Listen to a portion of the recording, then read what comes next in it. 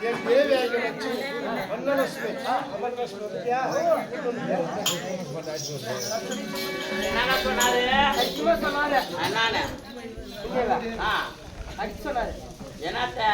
நாளைக்கு இப்ப என்ன சொன்னாரு சொன்னாரு போலமா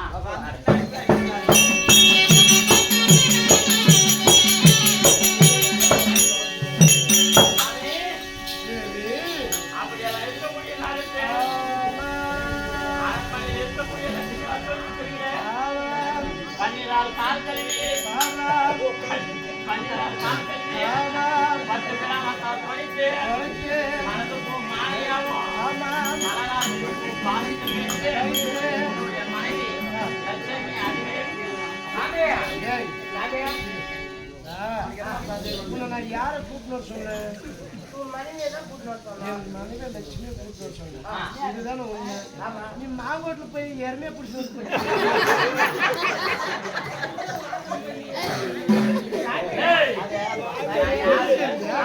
சரியா போச்சு பொறுத்து கூட ஏதோ சுமாரா இருக்குது நீ ஆள் ஓரளவு பூஜையா தான் நீ ஆள் பூஜை அந்த அம்மா கொஞ்சம் லைட்டா ஒல்லியா இருக்குது எப்படி வேலை எப்படி பண்றீங்க நான் இதை பால் பயணம் கட்டிட்டு வேலை கண்டுபட நான் சரி இந்த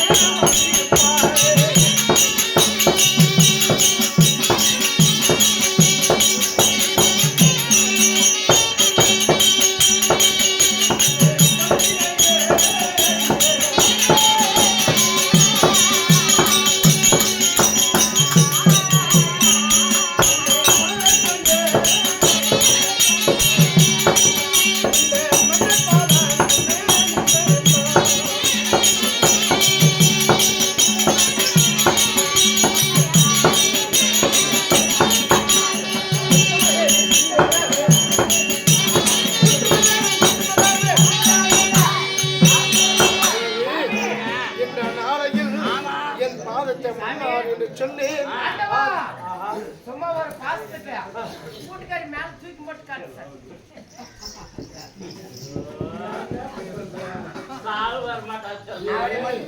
தூக்கிட்டேனா இந்த ஆட்டை எவ்வளவு பேசினாலும் ரெண்டாவது சம்பளம் போயிருந்தேன்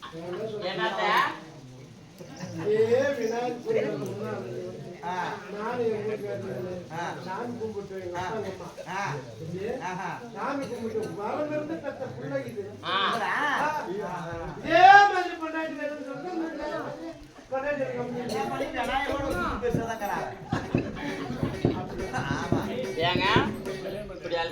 அப்படி தேவி அப்படி இருந்தாலும் மல்லிகை முல்லிகை கோங்கு இருவாச்சு என்று சொல்லப்பட்டு பாரிஜாத மலர்கள் எல்லாம் கொண்டு வந்து என் பாதத்தை பணிந்திருக்கிறேன் அப்படி பணிந்திருந்தாலும் எனக்கு சுகசாமலம் வந்திருப்பேன் அப்படி இருந்தாலும் ஆமா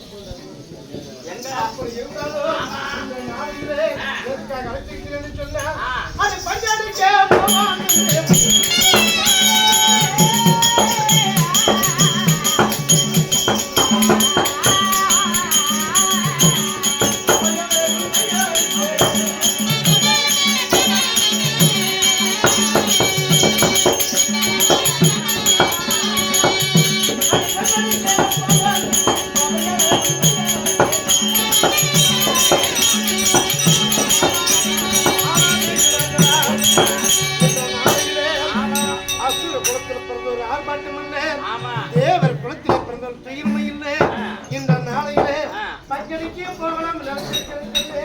போலாமாங்க? ஆமா பாவா போகலாம்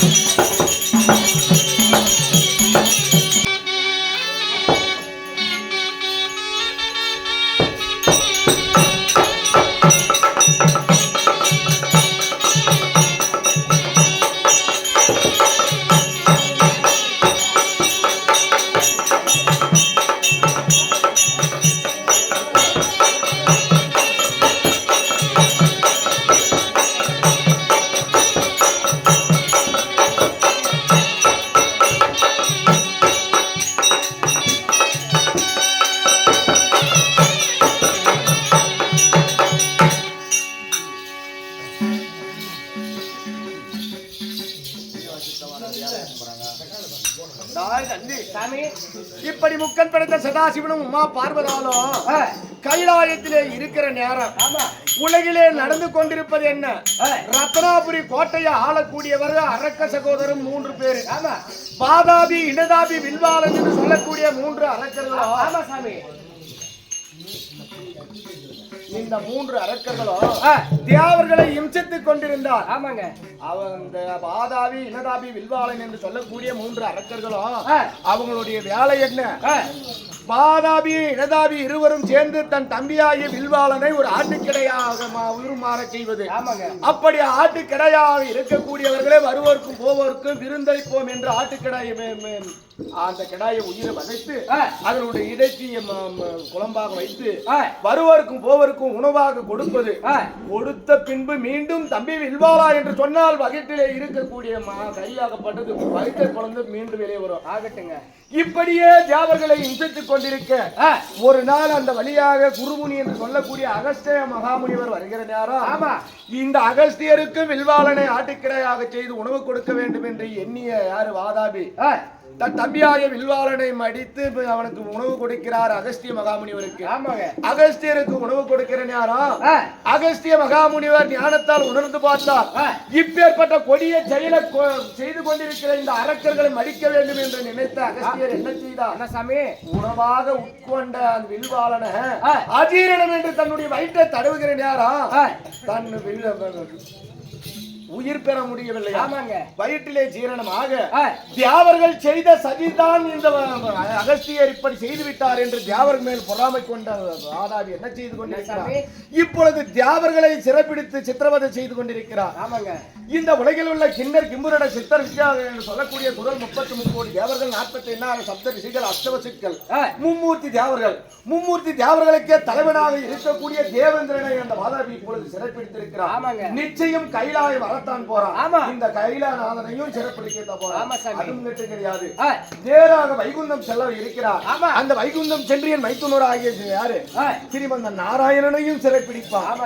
அதற்குள்ளாகவே நாங்கள் என்ன செய்ய வேண்டும்? எங்களை தேடி வருவதற்கு முன்பதாகவே அவனை அழிப்பதற்கு ஒரு மார்க்கம் செய்யணும். காரணம் அந்த வாதாபி சூரன் பிரம்மதேவனிடத்திலே பெற்றிருக்கக்கூடிய வரம் கொடிய வரம், சாகா வரம், வியாகா உடல், அழியா செல்வம் என்ற 3 வரத்தை வாங்கியிருக்கிறார். அப்படி விதிப்படி வாதாபி மடிய வேண்டும் என்றால் ஒரு தாயுடைய அங்கத்திலே கருவால் உருவாகாத குழந்தையுடைய கரத்தில் தான் எனக்கு அழிவு என்ற வரத்தை வாங்கிக்கிறார். இந்த உயிருள்ள உலகில உயிருள்ள ஜீவராசிகள் அனைத்தும் தாய் தந்தை உறவு கொண்டு கருவினால் உருவான உயிர் உள்ள குழந்தைகள் தான். ஆனா அவனுக்கு அதற்கு மாறாக ஒரு தாயுடைய கருவிலே உருவாகாதவன் கரத்தில் தான் எனக்கு அழிவிருக்க வேண்டும் என்று இந்த வாதாபி சூரன் பிரம்மதேவனிடத்திலே விட வாங்கி கொண்டிருக்கிறார். அப்பேற்பட்ட கொடிய வரத்தை வைத்துக் கொண்டுதான் அவர்களை இம்சித்துக் கொண்டிருக்கிறார். எப்படி ஆகிலும் அந்த வாதாபி கைலாயம் வருவதற்குள்ளாகவே இப்பொழுது நாரே நேராக வைகுந்தம் சென்று மைத்துனராகிய ஸ்ரீமந்த நாராயணனிடத்திலே கலந்து ஆலோசித்து அந்த வாதாபி சூரனை கொல்வதற்கு நாங்கள் யாராவது மார்க்கம் செய்யலாம். இப்ப நம்ம எங்க போலாம் நினைக்கிறேன்? குவார்டர் கடிக்க இப்பா எவ்வளவு போனா இன்னொரு அரை மணி நேரம் 4 மணிக்கு போ. 4 மணி மேல போய் கேட்கறாங்க. சாட்சாதி ஆண்டு வருது. நல்லவங்களுக்கெல்லாம் வருதுடா. டேய் உனக்கு வரலடா. ஏன்டா தேவரங்களுக்கெல்லாம் கஷ்ட காலத்துல இருக்கிறாங்க, வரவங்கெல்லாம் அடிக்கிறான் உதைக்கிறான். ஏன்னா அவனை வெல்லவும் கொல்லவும் முடியாது. யாரு? ரத்னாபுரி ஆளக்கூடிய வாதாபிசூரன் தேவரங்களை இம்சித்துக்கு இருக்கிறான். எத்தனையோ ஆளுங்களை பிடிச்சி கடவுளுங்கள்லாம் சிறைச்சாலையில் போட்டு அடிச்சு சித்திரவாதம் செய்யறான். அவங்க இருந்து தப்பிச்சு போறது அவனை கொல்றதுக்கு என்னடா வழின்னு நாங்க சொன்னா, இவ்வளவு நேரத்துக்கு குவார்டர் கடைக்கு போலான்னா இந்த நேரத்துக்கு போனா எந்த நேரம் குவார்டர் கடை திறந்து கொண்டு சாமி இல்ல. ஏய் எப்பா, உனக்கு மட்டும் குவார்டர் மேல ஆசை இல்ல, எனக்கும் தாங்குது. காரணம் ஏய் அந்த வாராஜ் வரதுக்குள்ள நானும் ஒரு குவார்டர் அந்த பைத்திலே ஒரு குவார்டர் குடிச்சிடலாம் தான் இருக்கு. ஆனா போனாலே எனக்கு அது நேரம் கிடையாது. இப்பொழுது வைகுந்தம்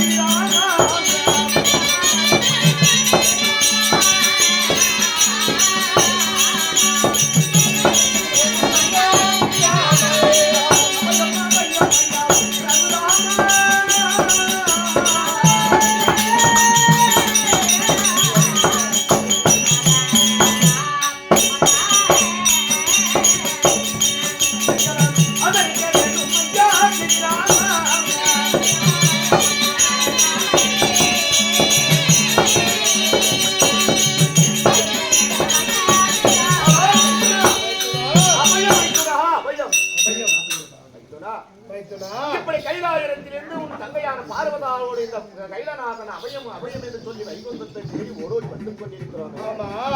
வேண்டி அப்படி இருந்தும் அபயம் அபயம் என்று வந்து கொண்டிருக்கிறாயே, இந்த அபயம் யாரால ஏற்பட்டது? இப்படி உலக மும்மூர்த்தி தேவர்களிலே முதல் மூர்த்தியாக இருக்கக்கூடிய இந்த உலக மக்களுக்கு படியளந்து பசி தீர்க்கக்கூடிய இந்த பரமேஸ்வரன் அபயத்தை சொல்லி வைகுந்தத்தை தேடி வந்திருக்கிறாயே. ஆனால் சுவாமி அந்தவா இப்படி கைலநாதன் இந்த வைகுந்தத்தை தேடி அபயமிட்டு வர காரணம் வாதாபி இனதாபி வில்வாளன் என்று சொல்லக்கூடிய அரக்க சகோதரன் மூவரும் ஒன்று சேர்ந்து ரத்னாபுரி கோட்டையை ஆட்சி செய்து கொண்டிருக்கிறார். தேவர்களுக்கு இம்சை கொடுக்க வேண்டும் என்று தன் தம்பியான வில்வாளனை சமைத்து உணவாக கொடுக்க உடனே மீண்டும் தம்பி வில்வாளா என்ற அகத்தை பிளந்து வெளியே வருவது இப்படியே செய்து கொண்டிருந்த நேரம் ஒரு நாள் அகஸ்திய மகாமுனிவர் அந்த வழியாக செல்கிற நேரம் அந்த அகஸ்தியருக்கு வில்வாளனை ஆட்டுக்கடையாக செய்து உணவு கொடுக்க இதை ஞானத்தால் உணர்ந்த அகஸ்தியர் என்ன செய்திருக்கிறார்?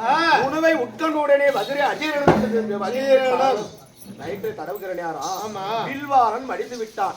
வில்வாளன் மடிந்து விட்ட செய்தியை அறிந்த வாதாபி இனதாபி என்ன செய்து கொண்டிருக்கிறார்? அவர்கள் செய்த சதியால் தான் தன் தம்பியாகிய வில்வாளன் மடிந்து விட்டார் சொல்லி கோபம் கொண்டவர்கள் இப்பொழுது தேவர்களை இம்சித்துக் கொண்டிருக்கிறார். அப்படி இருக்கு அந்நேற்றைய தினம் அந்த ரத்னாபுரி கோட்டையை ஆளக்கூடிய வாதாபி பிரம்மதேவன் இடத்தில் சென்று கொடிய வரத்தை வாங்கியிருக்கிறார். சாகாவரம் வியாகா உடல் அரியா செல்வம் 3 வரத்தை வாங்கி கொண்டு விதிப்படி மீண்டும் வாதாபி மடிய வேண்டும் என்றால் ஒரு தாயுடைய அங்கத்திலே கருவால் உருவாகாத குழந்தையினால் தான் அழிவு என்று வரத்து வாங்கிக்கிறார். அப்படி வரம் பெற்ற உடனே வாதாபி சூரன் தேவலோகம் சென்று இந்திரனை சிறப்பிடித்திருக்கிறார். இந்திரனுக்கு மட்டும் கிடையாது, கைலாயம் வரப்போகிறான், என்னையும் தான் சிறை கொள்ள போறான், வைகுந்த வராம உன்னையும் தான் பிடிப்பான். நம்ம இருவரும் சிறைப்பிடிப்பதற்கு கொள்வதாகவே அந்த வாதாபி சூரனை கொல்வதற்கு நாம யாதாகிலும் சதி செய்யணும். இந்த வாதாபி என்று சொல்லப்பட்ட கொடிய அரக்கன் இப்ப அகப்பட்டது யாரு? வாதாபி கையினால இந்திரன். தேவர்களுக்கே தலைவனாக இருக்கக்கூடிய மூலகத்தை ஆளக்கூடியவன் தேவேந்திரன் இருக்கிறார். அப்படி இந்திரன் அகப்பட்டு இருக்கும் போது இந்திரனுடைய சிறை அழித்திருக்கிறார். உண்மைதான், இந்திரனுடைய சிறமைக்கணும், நம்ம தேவர்களுடைய துயரத்தை தீர்க்கணும். இப்படி தீர்க்க வேண்டும் என்று சொன்னால் நம்மளால முடியாது. காரணம் அவனுடைய விதியாகப்பட்டது ஜம்பு மகாமுனிவர் தவத்தான ஒரு யாகத்தை உற்படம் செய்யணும். இந்த ஜம்பு மகாமுனிவர் எங்க இருக்கிறார்? இமயமல சாரதியில உமா பார்வத சக்தியை நோக்கி தபம் செய்து கொண்டிருக்கிறார். கண்டாளி போய் கேக்குதானா எங்க மாமா சொல்றாருடா காதல் கேட்டியா நீ அதையெல்லாம் யா கேக்குற என்னன்னு இப்ப சொல்லு. எங்க மாமா என்ன சொன்னாரு நான் திக்கல் முக்கல் அடிச்சிருந்தாங்க இங்க இருந்து கேட்டுக்குவா டேய், மாமா வாதாபிசூரனை கொள்வதற்கு ஏதாகிலும் நம்ம ஒன்று கூடி சதி செய்ய வேண்டும் என்று சொன்ன உடனே என் மைத்துனராகிய ஸ்ரீமந்த நாராயணன் சொல்கிறார். ஆனால் கைலநாதா அந்த வாதாபிசூரன் கொடிய வரத்தை பிரம்மதேவனிடத்திலே இருந்து பெற்றிருக்கிறான். ஒரு தாயுடைய அங்கத்திலே கரு உருவாகாத குழந்தைகள் கரத்தில் தான் அழிவு என்று சொல்லியிருக்கிறார். அதனால ஒரு தாய் அங்கத்திலே கரு உருவாகாத படிக்கு யாகத்திலே ஒரு குழந்தையை உற்பத்தி செய்யணும். அப்படி யாக வேள்வியிலே உற்பத்தி செய்ய வேண்டும் என்றால் யார் இமயமல சாரலிலே ஜம்புக மகாமுனிவர் என்பவர் ஒருவர் கடுமையான தவம் செய்து கொண்டிருக்கிறார். எதை வேண்டி கைலாயத்தில் இருக்கக்கூடிய பார்வதியும் பரமசிவனும் ஒரு சேர நாம காட்சி கொடுக்க வேண்டும் அப்படி என்று நீண்ட காலமாக ஜம்புக மகாரிஷி தவம் செய்து கொண்டிருக்கிறார். நாங்க எங்க தேவருடைய கஷ்டம் சேர்ந்தோம்னா நாங்க போய் ஜம்புக மகாரிஷிக்கு காட்சி கொடுக்கணும். அப்படி இருவரும் சந்திக்கணும் காண வேண்டும் அவளோட அவன் தபம் செய்து கொண்டிருக்கிறான். இப்ப நம்ம தேவர்கள் என்ன செய்யணும்? இமயமலை சென்று அதோ அவனுடைய எண்ணிய எண்ணப்படியே நானும் உன் தந்தையான பார்வதால ஒரு சேர நாங்க அவனுக்கு காட்சி கொடுக்கணும். நம்முடைய துயரத்தை சொல்லியதே உண்டானா அந்த அரக்கனை மடிப்பதற்கு ஒரு அவருடைய தலைமையில ஒரு ஆகட்டும். அந்த ஏகத்திலே அவரை கொள்வதற்கு வழி செய்யலாம். இப்பொழுது அவர்கள் அனைவரும் ஒன்று கூடி இரவோடு இரவாக இமயமலை